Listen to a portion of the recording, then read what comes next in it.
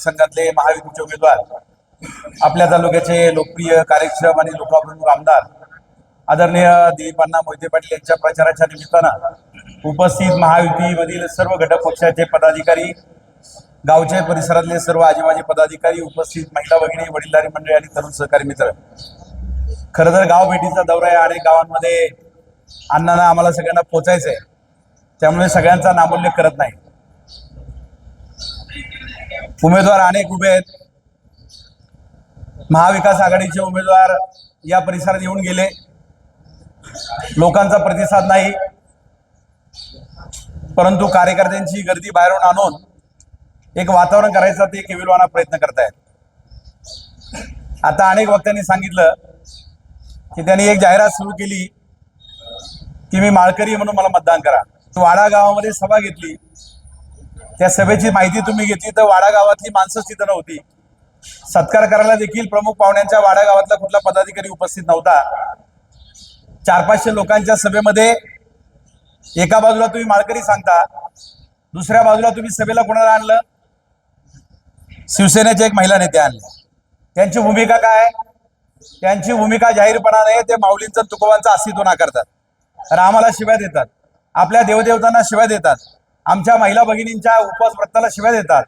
हा इतिहास असलेली महिला, माळकऱ्यांचा अपमान करणारी महिला, वारकऱ्यांवरती आरोप करणारी महिला, संत तुकाराम महाराजांनी माऊलींचा अपमान करणारी महिला ही तुम्ही तुमच्या प्रचाराला आणता आणि दुसऱ्या बाजूला तुम्ही माळकरी म्हणून सांगता.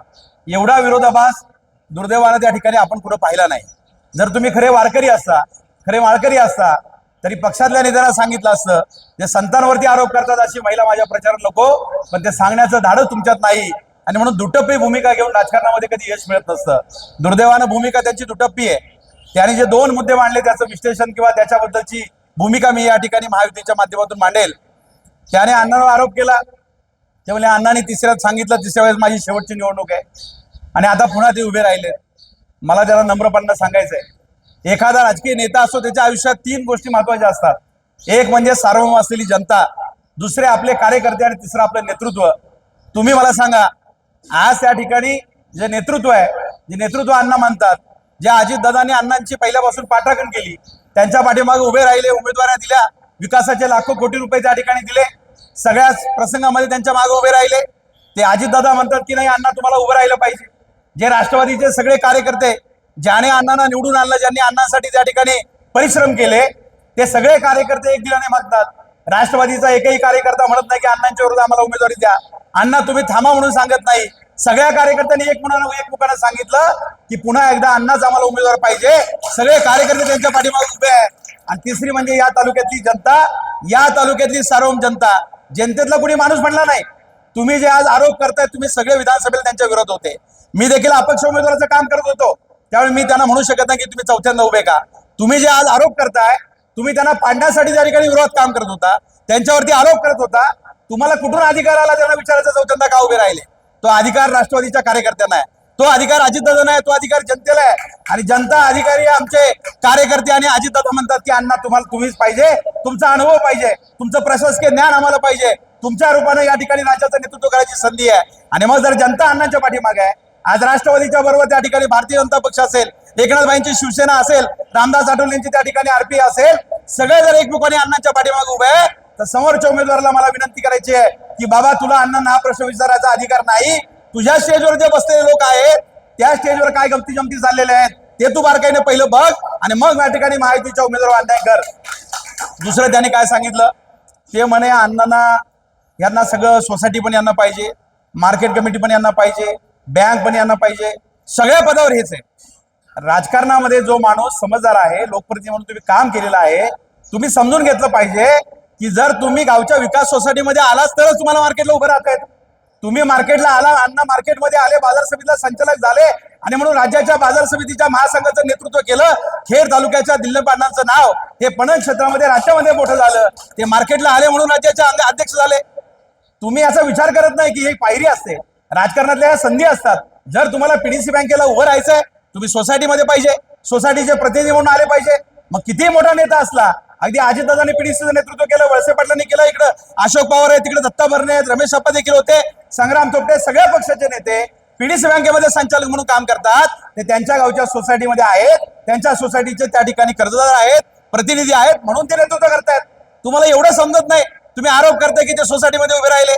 अरे जर जिल्हा बँकेमध्ये अण्णा आल्यानंतर एक पारदर्शी कारभार सुरू केलाय, बँकांच्या कार्यालयाचे चित्र त्यांनी बदललंय, बँकेमध्ये प्रभावी काम करतात. सुनीलराव चांदरे माझे जीवाचे मित्र आहेत, बँकेमध्ये उपाध्यक्ष आहे, त्यांनी सांगितलं की अण्णांची भूमिका बँकेच्या हिताची असते, शेतकऱ्यांसाठी असते. दौंड, बारामती आणि इंदापूर प्रमाणे खेड तालुक्यामध्ये त्या ठिकाणी आमचं कर्ज वाढलं पाहिजे, शेतकऱ्यांना योजना मिळाल्या पाहिजे, बँकेचा कारभार चांगला चालला पाहिजे, म्हणून ती पीडीसी बँकेच्या माध्यमातून चांगलं काम करतायत. तुम्ही सोसायटीचा आरोप करतायत. राज्य बाजार समितीमध्ये आम्हाला कधी संधी मिळाली होती? कधी महासंघाचं अध्यक्षपद आम्हाला मिळालं होतं? ते मिळालं अण्णांच्या रूपानं. राज्यातल्या शेतकऱ्यांसाठी त्यांनी आक्रमक भूमिका घेतली.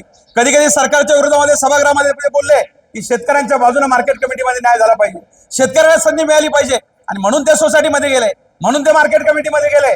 तुम्हाला जर या कामाचा अनुभव नसेल, संस्थांची रचना नसेल, तुम्हाला जर काहीच माहित नसेल, तर तुम्ही आरोप कशाच्या आधारे करतायत? केवळ लोकांमध्ये भ्रम निर्माण करण्याचं काम त्या ठिकाणी सुरू आहे. कुठल्याही प्रकारचं विकासाचं काम करत असताना त्याचं ज्ञान असावं लागतं. आज तुम्ही बघितलं असेल की खेड तालुक्यामध्ये छोटी मोठी तर कामं सगळेच करतात, ग्रामपंचायत करते, पंचायत समिती, जिल्हा परिषद सगळेच करतात, परंतु गेले अनेक वर्ष न झालेली अनेक मोठी कामं करायचा प्रयत्न जो अण्णांनी केला, पैसा लागतो, प्रशासनाला वचक लागतो, नेता पाठीमागे लागतो, सभागृहामध्ये तुमचं वलय लागतं. आज त्या ठिकाणी अर्थ खाता अजितदादांकडे आहे. अजितदादा त्यांच्या पाठीमागे उभे राहिले. त्यांनी नुसतं एकदा मागणी केली, एक पत्र दिलं की दादा त्यांना पैसे देतात. एक 10-20 लाख रुपये मागायला आपल्याला नेत्याकडे जावं लागतं. आज अण्णांनी कोट्यवधी रुपये पुलांसाठी आणले, रस्त्यांसाठी आणले, ग्रामीण रुग्णालयासाठी त्या ठिकाणी आणले. त्याने आज काल एक पेपर दाखवला, डीपीसीचं प्रोसिडिंग दाखवलं, म्हणजे ग्रामीण रुग्णालय त्या ठिकाणी कोणतरी खासदार आहे, त्यांनी अजून कोणतरी कार्यकर्ते त्याने म्हटलं.